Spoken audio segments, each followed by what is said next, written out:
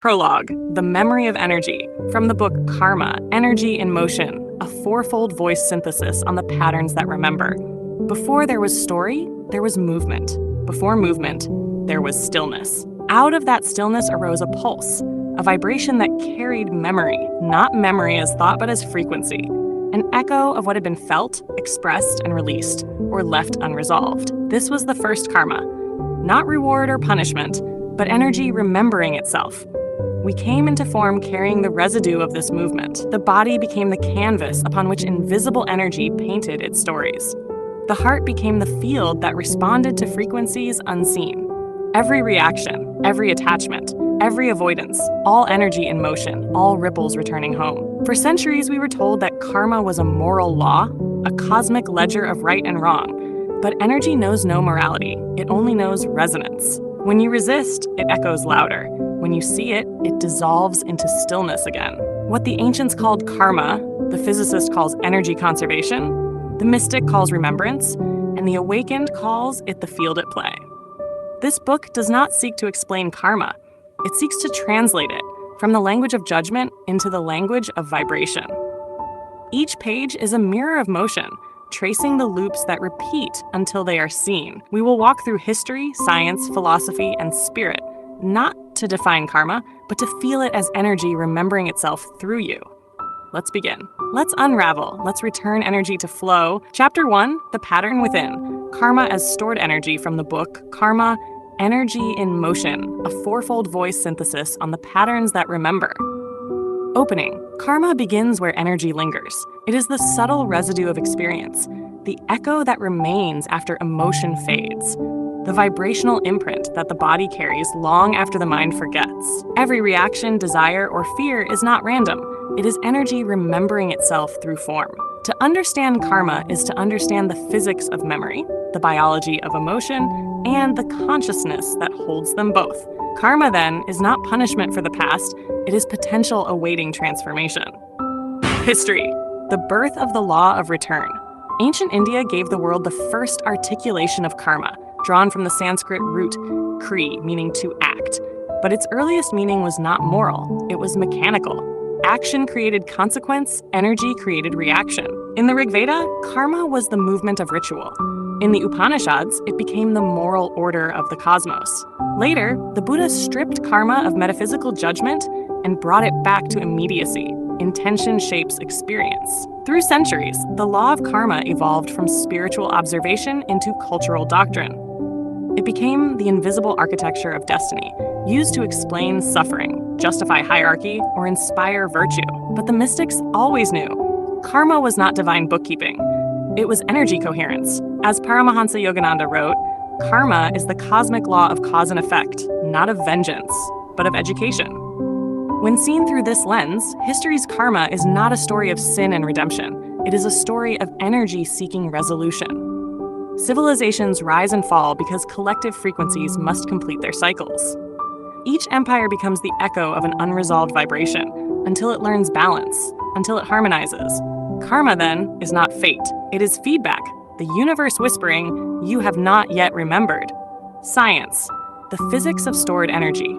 Modern physics gives karma a new language. According to the law of conservation of energy, nothing is lost. Energy transforms. The experiences that seem to end remain as energy patterns within the field. Dr. Bruce Lipton explains in The Biology of Belief that our cells respond to energy signals, carrying emotional frequencies in their membranes. Trauma, then, is not only psychological, it is energetic storage. In quantum theory, everything exists as probabilities until observed. Karma mirrors this. Potential patterns waiting for consciousness to witness them. Until then, the wave remains uncollapsed and the pattern repeats. The observer effect, central to Quantum Enigma by Bruce Rosenblum and Fred Kuttner, reveals that awareness shapes reality. This awareness is the turning point where karma ceases to bind. Because the moment you observe without judgment, the wave dissolves. Even neuroscience aligns. The brain's default mode network, as studied in Behave by Robert Sapolsky, shows repetitive loops of thought forming neural karma, habitual pathways that only break through mindfulness and conscious interruption. The energy of karma is thus mirrored in the biochemistry of the self. Your body as the field where energy returns for completion. Philosophy, the ethics of energy. Philosophically, karma challenges the illusion of separation. If all energy is connected, then your thought is not private and your action is not isolated. Baruch Spinoza called this the unity of substance, one infinite reality expressing itself through countless forms. In karmic terms, you are both cause and effect, sender and receiver. Nietzsche's idea of eternal recurrence also hints at karma's structure. What if every moment repeated until fully embraced? The loop ends only when consciousness transcends the need to repeat.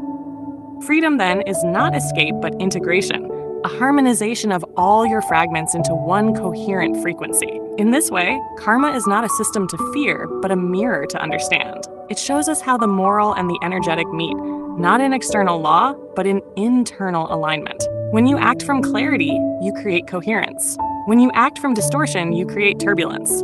The field responds in kind. Thus, karma becomes the philosophy of resonance, the wisdom that your frequency is your reality. Spirit, the transmutation of memory. Spiritually, karma is not bondage, but invitation. The soul incarnates not to escape energy, but to refine it. Each lifetime is a tuning of the instrument. Every encounter is a teacher. Every repetition an offering. In The Power of Now, Eckhart Tolle describes presence as the dissolver of time. The same truth applies here. The moment you are fully present, karmic energy cannot sustain itself. Presence is the solvent that turns memory into wisdom.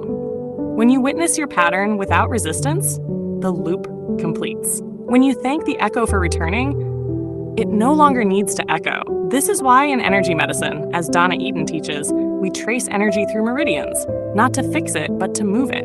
Motion restores flow, and flow restores freedom. In spirit, karma ends not through effort, but through surrender, not by controlling energy, but by remembering you are it. Conclusion. The still point of motion karma dissolves not when the story ends, but when awareness expands. The pattern doesn't disappear, it becomes music. The once trapped energy joins the larger field, and you recognize that there was never punishment, only play. Karma, in the end, is not about past lives or future debts. It is about how energy becomes conscious of itself again and again through you. Awakening questions. 1. What emotion in your life keeps returning, asking to be felt? 2. Where does your body hold unfinished stories? 3. Can you witness a repeating pattern without naming it right or wrong? 4. What happens when you allow energy to move instead of analyzing it? 5. Who would you be without the stories you've been looping through? Final 4 lines. Energy remembers, awareness releases, love integrates, the field flows free.